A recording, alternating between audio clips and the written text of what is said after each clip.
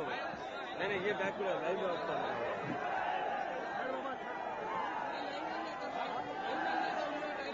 भारत माता की। मंच पर विराजमान स्पीड जोड़ो। कर्नाटक के भूतपूर्व मुख्यमंत्री टेबल का दिया तुम मेरे मित्र स्पीड जोड़ो। श्री जगदीश जी, इस चुनाव में बीजापुर के भारतीय जनता पार्टी के उम्मीदवार श्री रमेश जी, बागलकोट के उम्मीदवार श्री गद्दीगौडर, मंच पर विराजमान सभी वरिष्ठ महानुभाव और विशाल संख्या में आए हुए भारत के भाग्य विधाता भाइयों और बहनों, यहां विशेष रूप से आशीर्वाद देने के लिए आए हुए परम पूज्य संतगण, कन्नड़ नादिना जनता के उगादी हब्बद ಶುಭಾಶಯಗಳು।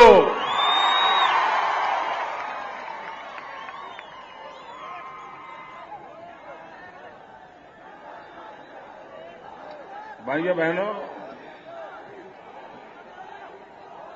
ये जो मिजाज है आपका,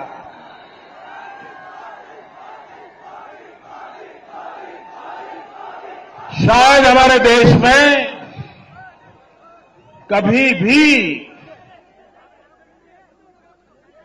ऐसी विराट चुनाव सभा हमने देखी नहीं है।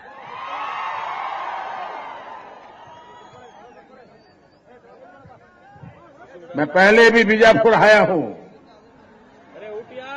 लेकिन ऐसा विराट जनसागर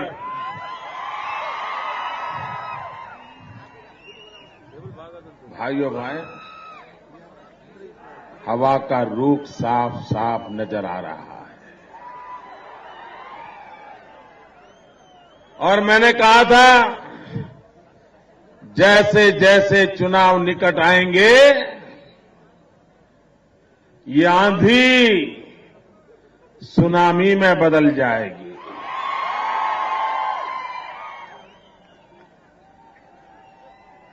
जिन्होंने देश को लूटा है, जिन्होंने देश को बर्बाद किया है, आज हिंदुस्तान में उनके बचने की कोई संभावना नहीं है भाई। कश्मीर से कन्याकुमारी, पूरे हिंदुस्तान में मैं जा रहा हूं, घूम रहा हूं। भाइयों बहनों, इस चुनाव में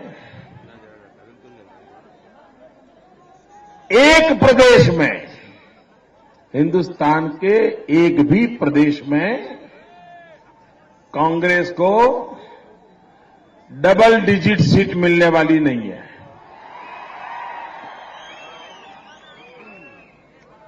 पूरे हिंदुस्तान में कोई भी राज्य ले लेना,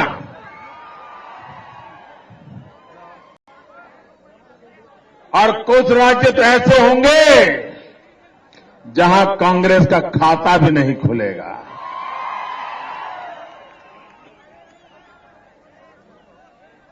भाइयों बहनों, आमतौर पर चुनाव में मतदाता मतदान करता है सरकार को लाने के लिए या सरकार को निकालने के लिए।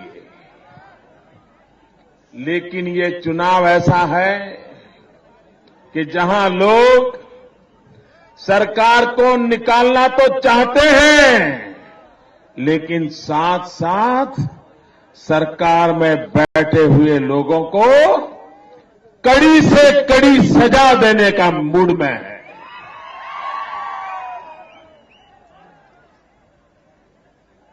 भाइयों बहनों,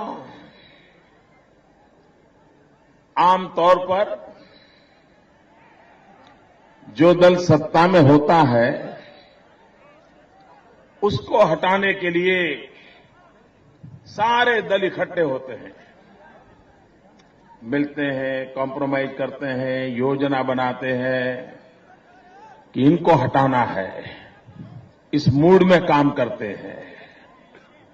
लेकिन भाइयों बहनों, ये पहला चुनाव ऐसा है कि जिसमें सत्ता दल हो, विरोधी दल के कुछ लोग हो, सत्ता दल के कुछ साथी हो, ये सब इकट्ठे हो रहे हैं, जोड़ तोड़ कर रहे हैं। किस बात के लिए? मोदी न आ जाए, कहीं मोदी न पहुंच जाए, इसके लिए दिल्ली में बैठी हुई सरकार यार हिला मत यार मेरे भाई, और उनके पाप के भागीदार हिला मत। ये योजनाएं कर रहे हैं। सत्ता में से हटाने के लिए लोग इकट्ठे हुए हो, ऐसा तो बात बार हुआ है, लेकिन विपक्ष में से कोई आ जाए, इसको रोकने के लिए इकट्ठे हुए हो, ये देश में पहली बार हुआ है। कुछ भी करो, मोदी को रोको। जो करना पड़े करो, सच हो झूठ हो कुछ भी हो, मोदी को रोको। इतना डर क्यों है भाई? इतना डर क्यों है कांग्रेस वालों को? क्या लगता है आपको? ये डर क्यों रहे हैं? ये थर थर कांप क्यों रहे हैं? भाइयों बहनों, कांग्रेस के साथियों को पता है, एक बार अगर मोदी आ गया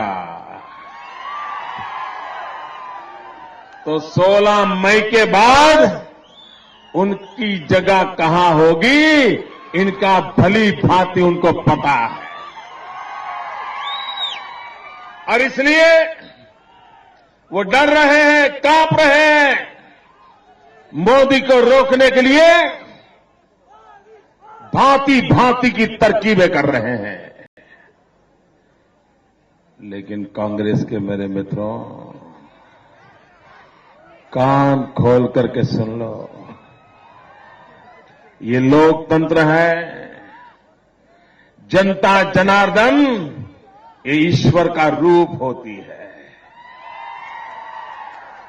और जब जनता आशीर्वाद देती है तो तुम्हारे कोई हथकंडे काम नहीं आते हैं। और इसलिए ये हाथ की चालाकियां बंद करो। भाइयों बहनों, एक कांग्रेस पार्टी बड़ी कमाल की पार्टी है। वो पहले आते हैं, हाथ जोड़ते हैं, फिर हाथ मिलाते हैं, थोड़े दिन में हाथ दिखाते हैं, और फिर हाथ चालाकी करते हैं, और फिर देखते ही देखते हाथ की सफाई शुरू हो जाती है। भाइयों बहनों, 60 साल तक हाथ की सफाई होती रही है। अब देश इन चीजों को सहन करने के लिए तैयार नहीं है। भाइयों बहनों, ये दुनिया का सबसे नौजवान देश है। 65% जनसंख्या 35 साल से कम उम्र की है। जो देश इतना नौजवान हो, जिसके पास 70 करोड़ से ज्यादा नौजवान हो, वो देश क्या नहीं कर सकता है भाई। आप मुझे बताइए दोस्तों, हम हिंदुस्तान को बदल सकते हैं कि नहीं बदल सकते? हम देश को ताकतवर बना सकते हैं कि नहीं बना सकते? हम दुनिया में हिंदुस्तान माथा ऊंचा करके खड़ा रहे, ऐसा कर सकते हैं कि नहीं कर सकते? लेकिन भाइयों बहनों, न कांग्रेस के पास ऐसी इच्छा शक्ति है, न ऐसी समझ है, न ही उनके अंदर वोट बैंक की राजनीति से ऊपर उठ करके देश के लिए सोचने के लिए समय है। और इसलिए भाइयों बहनों, 70 करोड़ नौजवानों का देश लंबे अरसे तक संकटों के बीच जी नहीं सकता, इस प्रकार की हालत में जी नहीं सकता। देश के नौजवान को क्या चाहिए? क्या हिंदुस्तान का नौजवान ये कहता है कि मेरे घर के आगे आकर के मर्सिडीज गाड़ी रख दो? क्या देश का नौजवान ये कहता है कि मेरे नाम बंगलो कर दो? देश के नौजवान को अवसर चाहिए, रोजगार का अवसर चाहिए। वो मेहनत करने को तैयार है, वो पसीना बहाने को तैयार है, वो देश को आगे बढ़ाने के लिए अपना जीवन खपाने के लिए तैयार है। लेकिन कोई उन्हें मौका तो दे। भाइयों बहनों, हमारा देश भाग्यवान है। हमारे पास 3 ताकतें ऐसी है जिसकी तुलना तीनों एक साथ हो, ऐसा हमारे साथ स्पर्धा कर सके, ऐसा दुनिया में आज कोई देश नहीं है। एक है हमारे पास डेमोग्राफिक डिविडेंड, नौजवान देश है। दूसरे एक बात के लिए हम गर्व कर सके, हमारे पास है डेमोक्रेसी। और तीसरी महत्वपूर्ण बात है, हमारे यहां भरपूर डिमांड है। ये 3D demographic dividend, democracy and भरपूर मात्रा में डिमांड, ये तीनों एक साथ आज दुनिया के किसी देश के पास नहीं है। और इसलिए उसका सही उपयोग कैसे हो, नौजवान को कुछ कर दिखाने का अवसर कैसे मिले, रोजगार का अवसर कैसे मिले, यह हमारी प्राथमिकता होनी चाहिए। और इसके लिए जरूरत है, आज सारी दुनिया में, आप दुनिया के किसी भी देश के नेता का भाषण सुनिए, दुनिया के हर देश में एक बात की बड़ी चर्चा हो रही है। हर सरकार, हर नेता, अमेरिका जैसा समृद्ध देश हो तो भी, यूरोप का कोई देश हो तो भी, चाइना हो तो भी, एक ही बात करता है, स्किल डेवलपमेंट। अकेला भारत ऐसा है कि जो स्किल डेवलपमेंट में दुनिया में सबसे पीछे खड़ा है। हमारे नौजवानों के हाथ में हुनर चाहिए, स्किल चाहिए। अगर उन पर स्किल है तो वो अपनी बुद्धि, शक्ति, क्षमता से भारत के विकास में योगदान दे सकता है। उसे अवसर चाहिए। भाइयों बहनों, कुछ लोग कहते हैं नहीं भाई, भ्रष्टाचार नहीं जा सकता है, ऐसा ही कहते हैं ना। भाइयों बहनों, आप मुझ पर भरोसा कीजिए, भ्रष्टाचार जा सकता है। नियत चाहिए, इरादा चाहिए, और मरने मिटने की तमन्ना चाहिए दोस्तों। कुर्सी पर चिपकने रहने की तमन्ना वाले ये लड़ाई नहीं लड़ सकते भाई। मैं छोटा उदाहरण देता हूं। आज नौजवान रोजगार चाहता है, बेचारा दिन में 10 जगह पे एप्लीकेशन करता है, रिटर्न टेस्ट देता है, कहीं से इंटरव्यू का नंबर लग जाता है, और जैसे ही इंटरव्यू का नंबर लग जाता है तो इंटरव्यू में कैसे पास होना उसकी चिंता कम करता है। वो सोचता है यार किसी की पहचान ढूंढ लूं, किसी की सिफारिश ढूंढ लूं, किसी के पास कोई दलाल मिल जाए जो मुझे इंटरव्यू में पास करवा दे। यही होता है ना भाइयों। फिर बोली जाती है इस नौकरी के लिए इतना लाख, इस नौकरी के लिए इतना लाख, यही चलता है ना। मुझे बताइए भाइयों, अगर नौजवानों को 15-15, 20-20 लाख रुपए देकर के रोजगार लेना है तो आकर के वो क्या करेगा? पहले ही वो अपने रुपये निकालेगा कि नहीं निकालेगा? तो भ्रष्टाचार बंद होगा क्या? तो भ्रष्टाचार का दरवाजा पहले से ही बंद करना पड़ेगा। और इसलिए भाइयों बहनों, मैंने छोटे रूप में एक प्रयोग किया। मेरे यहां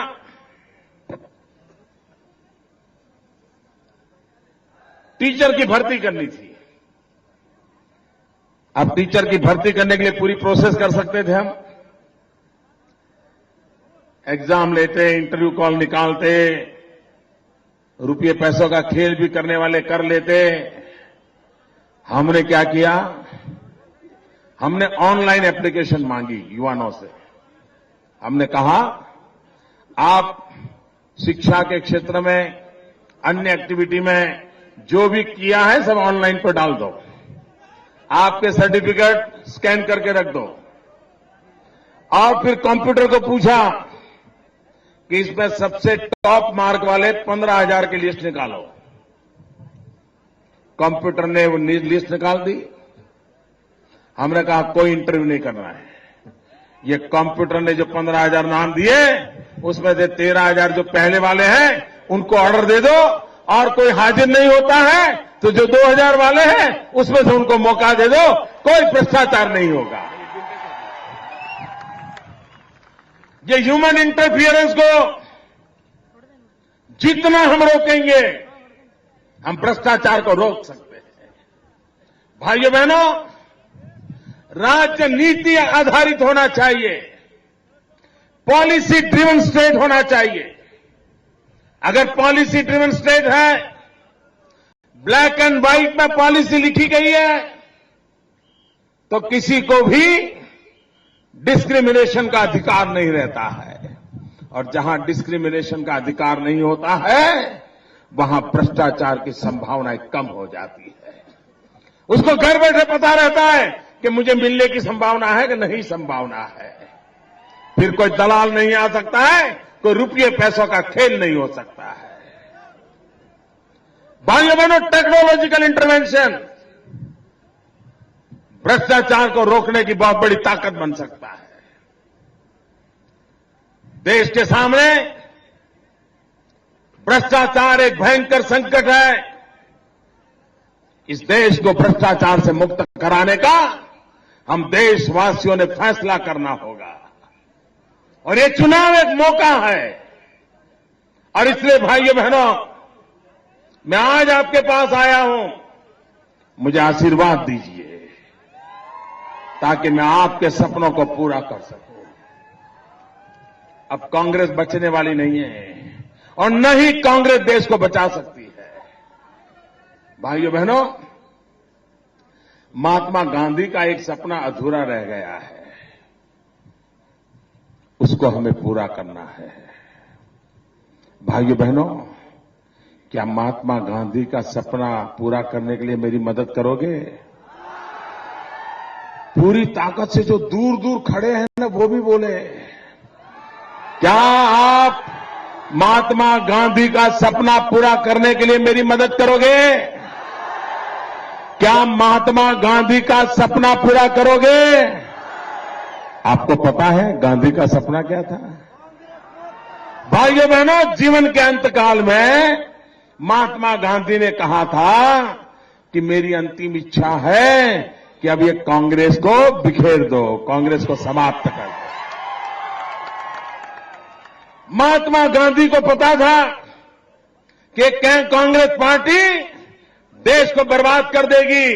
महात्मा गांधी को पता था कि कांग्रेस पार्टी देश चलाने के लिए योग्य नहीं है, और वो दीर्घदर्शिता थे। उस महापुरुष ने कहा था कि हो सके जितना जल्दी इनको बिखेर दो, लेकिन बापू की बात किसी ने मानी नहीं।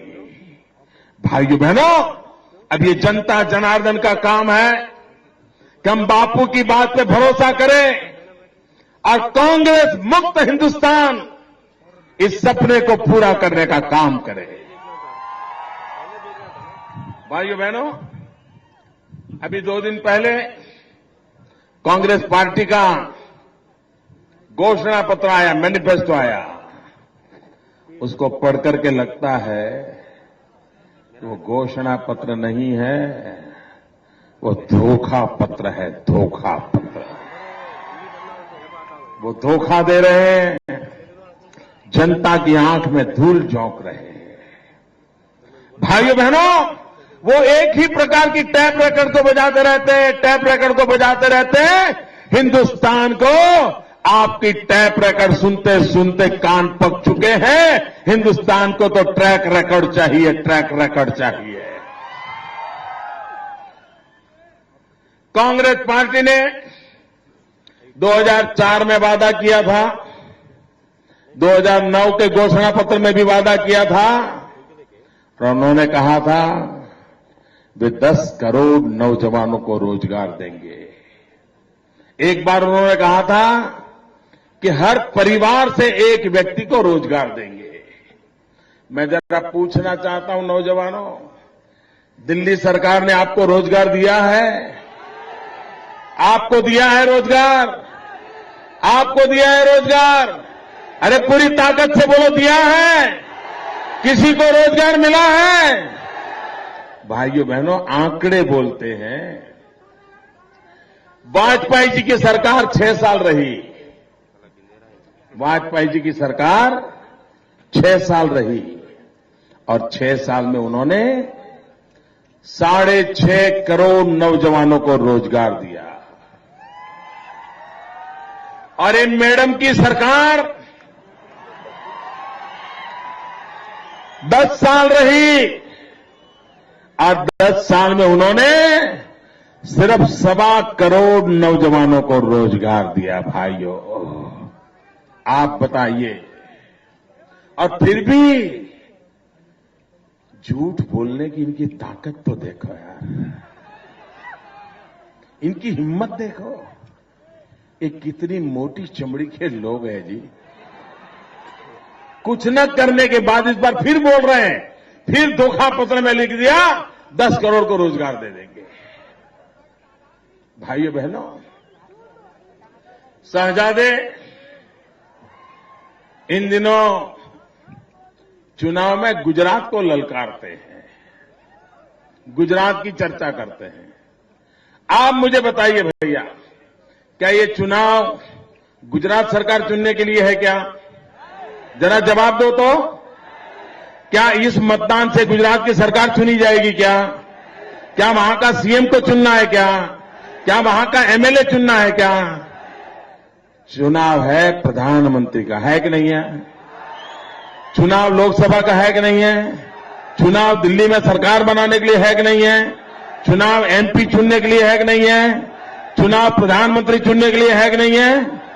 तो चर्चा देश की सरकार की होनी चाहिए कि नहीं होनी चाहिए? आपने पिछले 10 साल में केंद्र में कैसी सरकार चलाई, इसका हिसाब देना चाहिए कि नहीं देना चाहिए? पल पल का हिसाब देना चाहिए कि नहीं देना चाहिए? पाई पाई का हिसाब देना चाहिए कि नहीं देना चाहिए?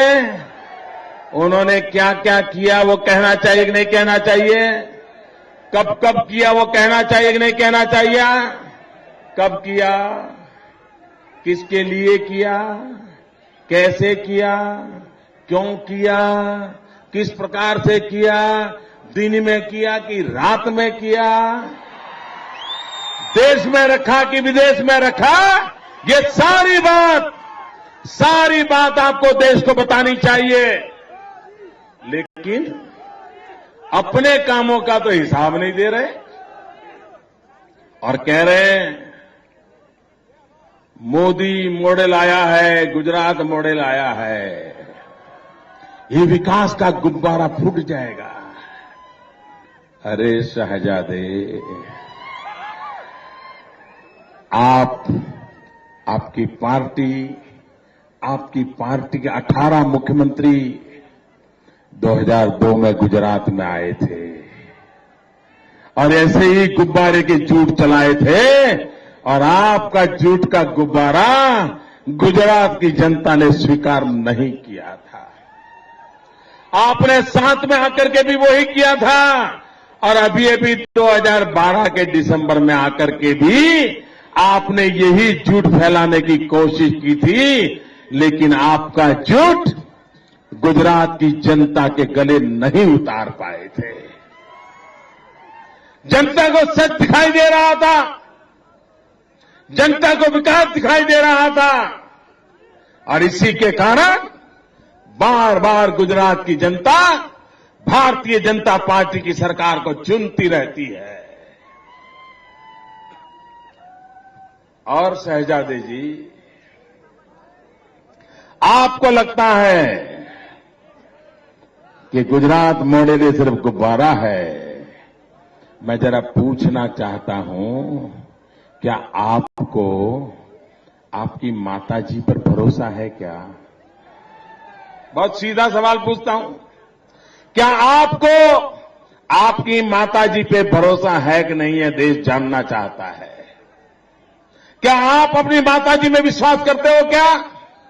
अरे शहजादे जी, आपकी माताजी जिस राजीव गांधी फाउंडेशन की चेयरपर्सन है, उस राजीव गांधी फाउंडेशन ने गुजरात को नंबर 1 घोषित किया था। गुजरात नंबर 1 घोषित किया। क्या आपकी माताजी की बातों में भी आपको गुब्बारा नजर आता है क्या?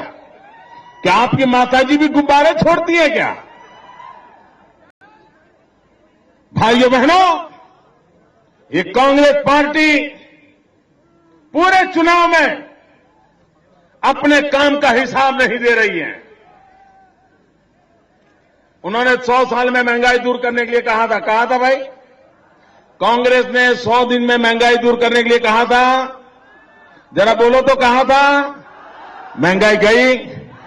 उन्होंने वादा तोड़ा कि नहीं तोड़ा? आप नाता तोड़ोगे? उन्होंने वादा तोड़ा, आप नाता तोड़ोगे क्या? भाइयों बहनों, ये कांग्रेस को सदा सर्वदा के लिए विदाई करने की जरूरत है। हमारा किसान मारा जा रहा है। गन्ने का किसान, उसको पूरा दाम नहीं मिल रहा है। चीनी के कारखाने जगह जगह पर बंद पड़े हैं। कॉटन पैदा करने वाला किसान बेमौत मर रहा है। भाइयों बहनों, जितने नौजवान हमारे देश के सेना के जवान युद्ध में मरे हैं, उससे ज्यादा हमारे देश के किसानों ने आत्महत्या की है। और इसलिए भाइयों बहनों, मैं आज आपसे अनुरोध करने आया हूं, भारत का भाग्य बदलने के लिए, देश के नौजवानों को रोजगार का अवसर देने के लिए, किसानों की जिंदगी में सुधार लाने के लिए, गरीब से गरीब व्यक्ति को रहने के लिए घर मिले, घर में नल हो, नल में पानी हो, घर में बिजली हो, घर में एक शौचालय हो, निकट में बच्चों की शिक्षा की व्यवस्था हो, बुजुर्गों के लिए अस्पताल की व्यवस्था हो, क्या ये सपना हम पूरा नहीं कर सकते? ये सपना लेकर के मैं आपके आशीर्वाद लेने आया हूं। मुझे गुजरात के अनुभव के आधार पर मैं कहना चाहता हूं भाइयों बहनों, ये देश शक्तिशाली है, सामर्थ्यवान है। अगर ठीक से उसका नेतृत्व किया जाए, ये देश दुनिया में अपना नाम रोशन करने की ताकत रखता है।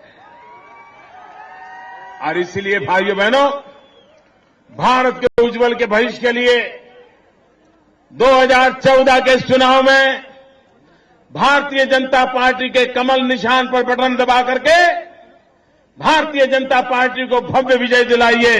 इसी एक अपेक्षा के साथ आपको मेरी बहुत बहुत शुभकामनाएं।